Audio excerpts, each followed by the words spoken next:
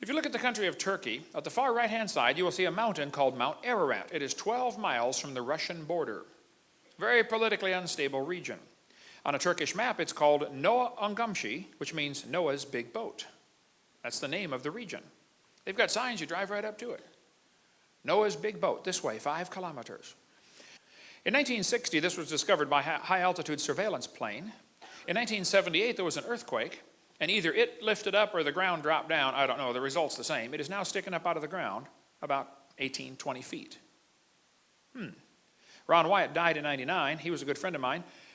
He and many others have spent years studying this thing, but they think it's Noah's Ark. Richard Reeves took over for Ron.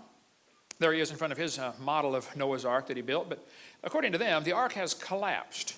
Obviously, a boat that old would, cave in and fold out to the side. It's splayed. And so one of the arguments the skeptics use is, well, it's too wide to be Noah's Ark. Well, of course it's too wide. Boats all do that. They fall outwards. You can go to any old rotten boat someplace, you'll see the same effect. But radar scans show that there are deck timbers, some kind of huge timbers in there. Apparently, some kind of big structure. They find iron rivets in there. The Ark was bolted together. They knew about iron back then, not a problem. You can see some of the rivets at the Wyatt Museum south of Nashville, Tennessee. It used laminated wood, 3 layers of wood glued together with a tar-like substance, pitch, made from tree sap. And apparently it's like basic plywood, okay? Huge, thick layers of wood. And there's no grain in the wood. Interesting. It's almost like the trees didn't have growing seasons, the wood they were using. Anyway, the Wyatt Museum is a converted gas station just south of Nashville at exit 27 on the northwest corner. You can stop down there and see them. Mrs. Wyatt wrote a book called The Boat-Shaped Object on Doomsday Mountain, with all the research she and her husband had done on that. Apparently, the Ark landed close to Mount Ararat, got stuck in the mud. Everybody got off and left, and at some time later, there was a mud flow or a lava flow that pushed the Ark down and broke the bottom off. What used to be the keel full of ballast for weight to keep it upright was broken off, and it's way up near the mountain, and the Ark has apparently moved down several miles from where it used to be.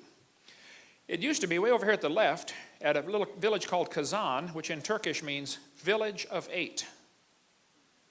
Village of 8. Now, wait a minute. There was 8 people on that boat. But apparently the Ark has drifted down from where it used to be, and that's another long story. But the government of Turkey has studied all this, and they say, yep, that's Noah's Ark. They even built a visitor center.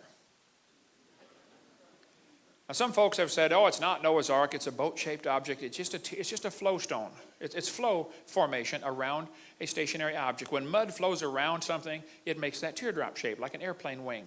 Yes, I understand, it does, you're right. But the pointed end of the teardrop is always downstream. The rounded end is upstream, like an airplane wing. This one's backwards. There are flow formations in that area, no question. But this is not one of them. One guy argued, it's just a fort. Who would build a fort under a hill?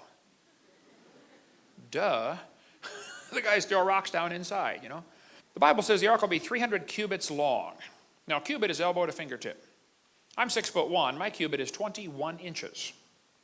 The average standard Egyptian cubit was 20.65, just a hair shorter than mine. That boat-shaped object is 515 feet long, which is 300 Egyptian cubits. So that doesn't prove it's the Ark, but it is interesting. It is the right size, okay?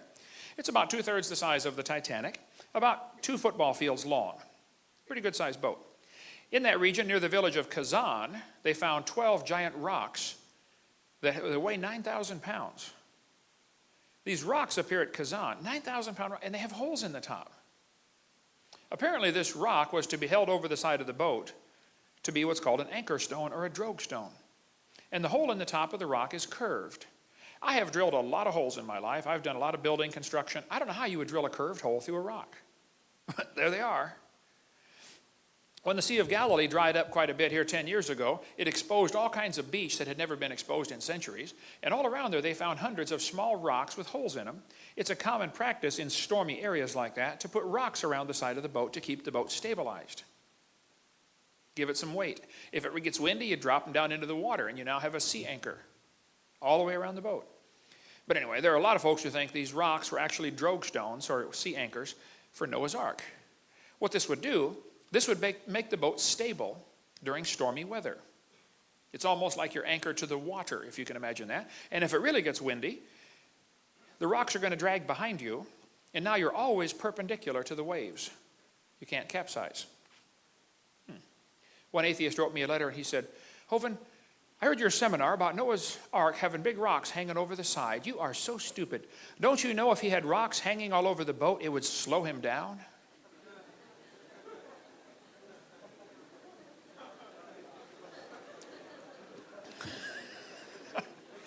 I wrote back, where was he going?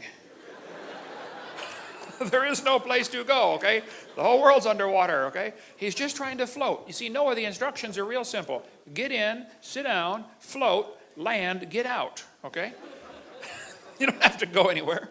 No sails. You don't have to steer the boat, okay? One atheist said, well, a sailboat was built with 6 masts and it leaked so bad because of the twisting from the sail. Well, Noah's Ark didn't have any sails, okay? It just was designed to float.